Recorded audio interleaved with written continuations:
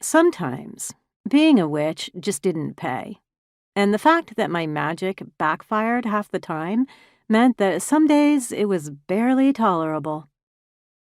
It was a week like any other, with no customers coming by. Usually, the Indigo Crescent, my bookstore, did a fairly steady business, but for once, it had been sunny in Seattle and everybody was out skateboarding and hanging in the parks. Nobody wanted to be cooped up in a dusty little bookstore. By 3 p.m., I was hot and tired and so bored out of my mind that I couldn't stand it, when it occurred to me that I could occupy myself by trying out some of the spells that kept backfiring on me. Nothing offensive, of course.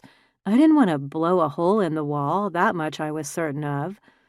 So I decided to try a spell that I'd been working on for several years, but that I could never manage to cast. Nothing ever happened when I tried, just a fizzle and spurt and boom, nada. I didn't need any components either, which was another plus. Without further ado, I retreated to the back hall and focused, whispering the charm. By the powers of 3 times 3, by cape and cloak, by breast and knee, let others lose their powers to see me. I waited. Nothing. I looked at my hand.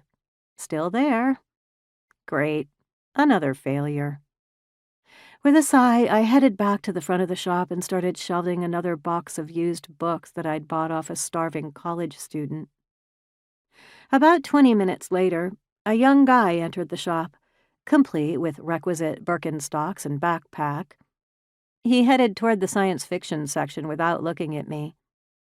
A moment later, apparently unable to find what he wanted, he turned around, about to ask for help. But the words died on his lips as he stood there, staring at me, eyes firmly planted on my boobs.